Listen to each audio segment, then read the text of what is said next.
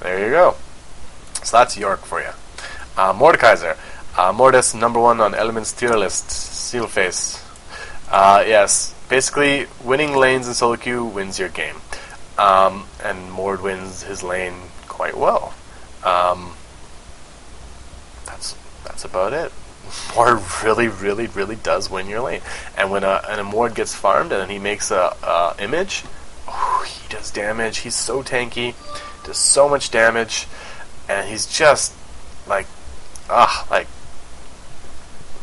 I know. I had him low for so long, but I've always felt like this, that Mord, does a lot, but I always thought there was a lot of counters to him in lane, and like he didn't just do that much, which was true, I believe, for back then. I thought there was a lot more stronger champions in the meta, but right now the meta has shifted a bit. Mord just flows with his meta so well. He crushes so many people in lane, and you can just snowball off him winning the lane so well with your team. Like if you're dominating mid lane with Mord, and you push someone out lane, just go ping, ping, ping, go to dragon. Then you go win dragon because your ultimate's up. You just burn someone down, burst them.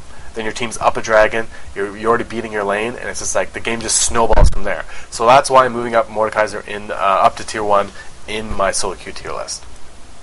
Alright, now we got Fiddlesticks. Fiddlesticks is moving up even higher in tier 1 for one reason and one reason only. Not because he's a great jungler, not because his ganks are strong, not because his team fighting is strong. Well, it is because his team fighting is strong, but there's one aspect of the team fighting that is so strong about him. It's because a Fiddlesticks has the ability to turn a bad team fight, or you losing the game, into you winning the game or winning that team fight. You can bait people back. You can, like say for instance, your team's running away, and you're like, oh my god, yeah, like go. People always get baited. Like they see low HPs, and people go, oh my god, kill them. They're low HP. Die, flash, go, kill them, go, right? So people always are like, yeah. And a Fiddle has this well-timed ultimate that he just comes in, and everyone just turns, and you pick up. You get aces, you get pentakills, you just crush the enemy team. And people are going to go standing there going, what the fuck just happened to me? And Fiddlesticks is going to go take Baron, you're going to go take towers, you're going to take inhibitors off Fiddlesticks ultimates. A good Fiddlesticks ultimate wins the game. If you're losing a game, Fiddlesticks ultimate, ta-da! You guys are back in the game. You're back in the saddle. You can win that game. And that's why Fiddlesticks is so strong, and that's why I'm moving him up even higher in tier 1 for solo queue. And then I'm actually moving up Akali in tier 1 too.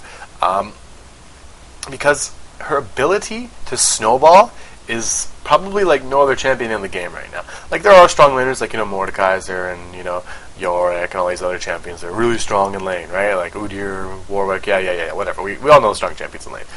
But it's not that Akali's ability to lane is like really strong. Like she's a good laner. She's not an amazing laner, but she's good. But her ability to snowball, if you get early kills, if you get early Gunblade, early Rylai's kind of stuff, oh my god, the damage, the burst you can do, the survivability she has when she's fed, and it's so broken, I believe. And that's why, in competitive play, that's why she's not that high, is because, she can be shut down a lane, and you're not going to get these very snowball-y type things. But in solo queue, you can pick up 5 kills in a team fight just from bursting, burst, ultimate into the next person, burst. You can just crush people in solo queue with Akali, because she just snowballs so well. Her ultimate gives her an extra charge for an extra dash, so she snowballs well. Her burst is incredibly high, so she just bursts down squishies, so you can focus fire people. If you have a little bit of coordination with your team, you go ping, kill Soraka, ping, kill Ashe, ping, just go to the next target, to the next. Like Akali, doing plays with Akali, I feel like I'm Superman when I play Akali in solo queue. I can literally just go into a team fight, kill somebody, get out, go back in, kill somebody, get out, go back in. It's so ridiculous how well you can do when you snowball. I mean, granted, if you don't have a good laning phase, you're not going to be that good. But if you do learn how to play Akali, and you do get those good laning phases, you're going to win games just on how well you snowball. If you force a team fight when you're ahead on Akali, you win. Like you're like, okay, let's force a dragon fight on Akali. And you're ahead, a couple kills, you're like 3-0, you got 20 more CS than any other lane. Done. You're gonna win that team fight like bar none, and that's it. Especially if no one focuses Akali either in solo queue. No one focuses Akali in solo queue. For some reason, you're just free to roam. You're like, hey, I'm this squishy little assassin, and no one wants to focus me. Okay, and then no one gets oracles to find herself either. That's what I noticed. So for solo queue, Akali is amazing. Pick up Akali, play her, crush games because she snowballs incredibly hard.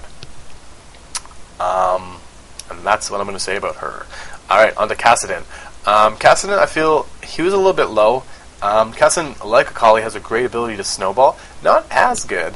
I feel his laning phase is about the same, but he can snowball you into wins. So because of that, sorry, bug in here, I'm hitting him away. Because of that, because of his ability to snowball so well, I am moving him up a little bit. I mean, laning phase, it's a little hard. You got to survive a little bit better. Team fights, not as good, but that's why he's a tier 2 assassin opposed to a tier 1, like Akali. But I did feel he's a little bit low. Alright, on to Cassiopeia. Cassiopeia, I am moving to tier 1 because of her stupid strong laning phase. And I say right here, because it's stupid strong laning. If you land a Q on somebody, which is your little, it's like Karthus's Q, but it's a dot, damage over time, and it's it's the same delay, but it also gives you a movement speed increase. So because of that, you land a Q on somebody, you run up, E, and then if they're poisoned and you press E, the cooldown on E is cut down by 10 times. It's like a 0.5 second cooldown. So you run up, you Q somebody, and they're E, and then you can run away because you already have the movement speed. So your ability to harass is just so incredibly strong. You land one Q, you can even Q creeps, then Q somebody and get even moving faster around. That kind of playstyle is just so strong. She's so fast, does lots of harassment. Her burst is strong. When you get your ultimate, her ultimate isn't that great unless you're facing him and you catch him in the snow form. That's awesome. But at the same time, her ultimate actually has a lot of burst too. It has a lot of damage. So once you hit 6, you can poke, flash, ultimate, slow them, or stun them, ignite, and pretty much done. There's a lot of Cassiopeia mains I'm seeing at high elo.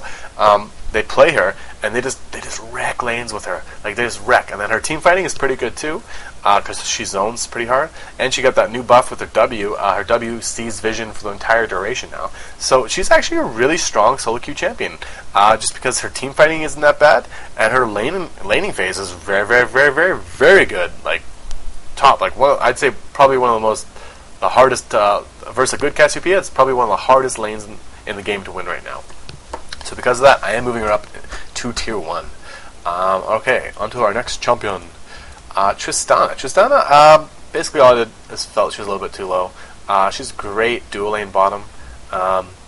She can snowball in fights really well because of her rocket jump. Once you kill somebody or get an assist with rocket jump, you can jump again. So lots of times you can kill somebody who's low, just like if there's a couple of people who are low, you can jump, attack, jump, attack, jump, attack. Also, she has a lot of survivability because of rocket jump. So because of that, I am moving her up. I did feel, again, she was a little bit too low, and that's about it. Taric, kind of the same thing. Taric, I felt I had a little bit too low, and so you can actually carry some games with Taric. If you play a really good support bottom lane, you can just snowball your AD carry, whoever you're supporting in bottom lane, into just this great farm, and they can just carry the game for you. Taric also roams really well, which I should have added in here, but I didn't. So yeah, Taric just his ability to control bottom lane, because that stun, his burst combo, and he has a little bit of heals, is just really strong. He synergizes really well with anybody bottom lane. And because of that, I am moving him up. I had him in tier 3, so I thought that was a little bit too low. So I am moving up to tier 2 because you can carry your games pretty well with Taric if you play a good support. On to our next champion, Swain. Swain, I did move down to tier 2. I felt he was a little bit too high. I didn't think he deserved tier 1 anymore after his nerfs. His ultimate got nerfed, deals 75 damage, or 75% healing off the actual damage dealt now, which means before his damage was dealt, it was just saying, let's say it did 100 damage, it would do 100 damage. So it wasn't factoring in the MR. So now it factors in the MR and whatever damage is dealt. 75% of that to champions is returned to you, and only 25% off minions. So before it was at a flat 50, and it was the actual damage. So now it's, or not the actual damage, but it was the said damage. So that's the actual damage factoring in an MR, and it's 25% lower versus minions. So his laning phase is just really, really, really hurt because of that. But his team fighting phase is increased because it's 75% heal instead of the 50%, right?